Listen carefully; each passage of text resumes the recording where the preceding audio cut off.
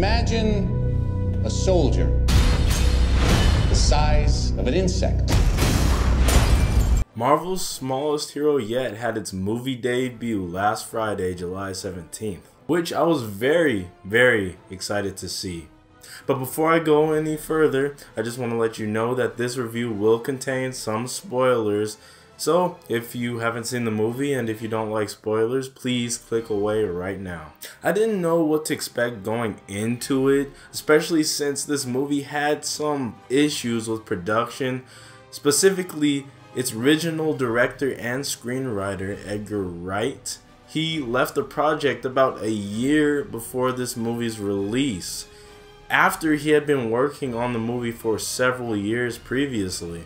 This left Marvel in kind of a predicament. They had to get a director fast so that they could keep this ball rolling and keep the movie release on schedule. So they brought in Peyton Reed. And I have to say, he worked very well with what he had. And in my opinion, this movie is one of the best standalone Marvel films, behind Captain America, Winter Soldier, and Iron Man. Marvel did a great job of yet again adapting a very unknown and sort of obscure character into a movie platform. And Paul Rudd as Scott Lang was very likable, and I think he did an excellent job. He was an excellent choice for this role. They really made him feel like a very cool and capable superhero. There's a scene specifically where Ant-Man has to go and steal something from Avengers HQ, and he's met by the Falcon. Antics ensue. You can only guess what happens. This is one of my favorite scenes in the movie, and it was actually a big surprise. The way Paul Rudd as Ant-Man dynamically used his shrinking ability, as well as the skills he learned from his previous career as a thief, and the training that he received from Hank Pym and his daughter Hope Van Dyne, he used that dynamically and used it to defeat the Falcon, which was crazy. I didn't expect him to hold his own like that.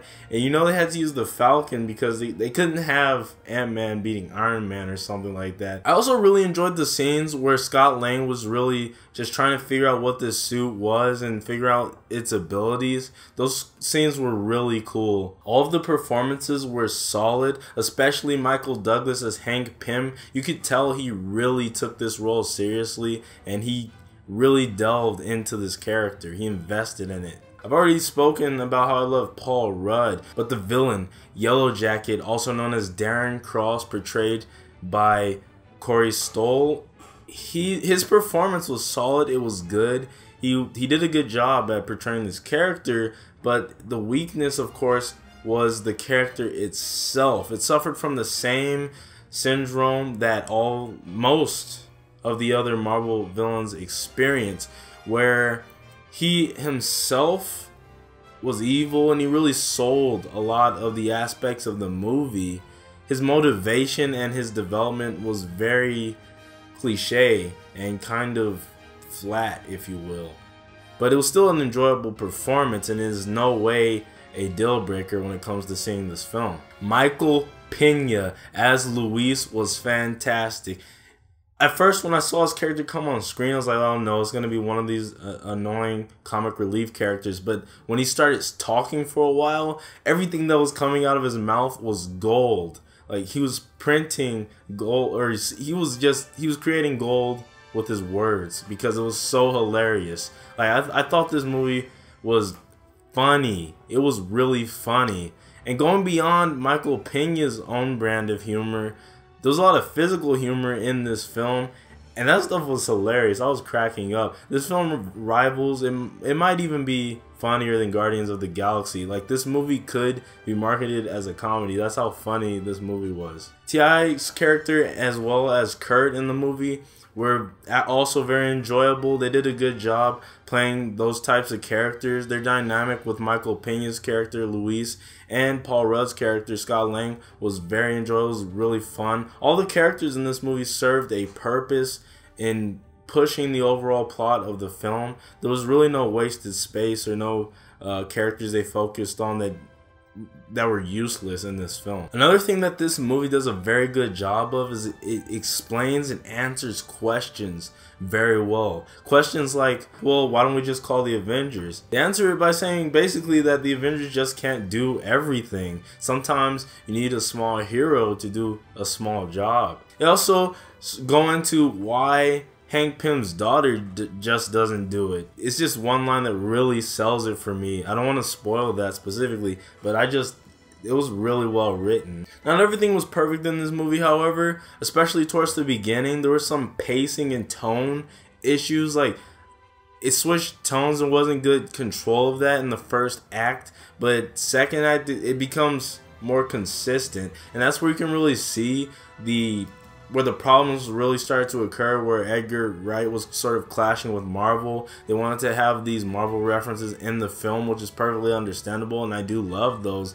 But you know, Edgar Wright's original vision, apparently, it was clashing a little bit with what Marvel wanted to do. And of course, the weakest part of the film, as I mentioned before, was the villain. It suffers from the same problem that most other villains in the Marvel Universe, with the exception of Loki, have. And it's mainly due to the fact that they're constrained to these individual one-off movies that are like 2 hours long, that are set in this greater Marvel Cinematic Universe. And we have potential for very great villains, and these villains have a lot of backstory. They can become very fleshed out, especially when you look at the source material that they're coming from. But it wasn't no way a deal breaker. The performance was still solid and it was enjoyable. The visual effects were excellent. The CG was done very well. When Ant-Man is shrunk down running on the surface of a bathtub, it actually looks like a small man running on a very real looking bathtub surface. It's these scenes where I thought the 3D really added something, and if you have the chance, I recommend watching this movie in 3D. Overall, this movie was a lot of fun, and you definitely won't regret watching this movie, especially if you are a Marvel fan. And even if you aren't a Marvel fan, you'll find the humor very, very funny. If you don't like it, you're probably just honestly you're tired of the whole thing. I have no idea when I'm going to be tired of this whole superhero comic book movie thing, but I honestly think we're in like really just a golden age when it comes to comic book films. Like, it's crazy. We have all these superheroes in the same movies, and everyone's creating these universes where they can cross over if they want to. They make references to each other, and it's really great. There's a lot of other Easter eggs in this movie. A really fun thing at the end, there's a mid-credit scene as well as a post-credit scene, and they're both very, very cool. Well guys, this was my first movie review and possibly my last. Of course, I won't be reviewing every single movie, mainly ones I'm really interested in. So if you enjoyed the video, go ahead and like it, and also share it with those that may be interested. Let me know your thoughts on Ant-Man and this video in the comment section down below. If you want more content like this, please consider subscribing. Follow me on Twitter so I can keep you up to date with my uploads. As always, stay super, and I'll see you in the next video.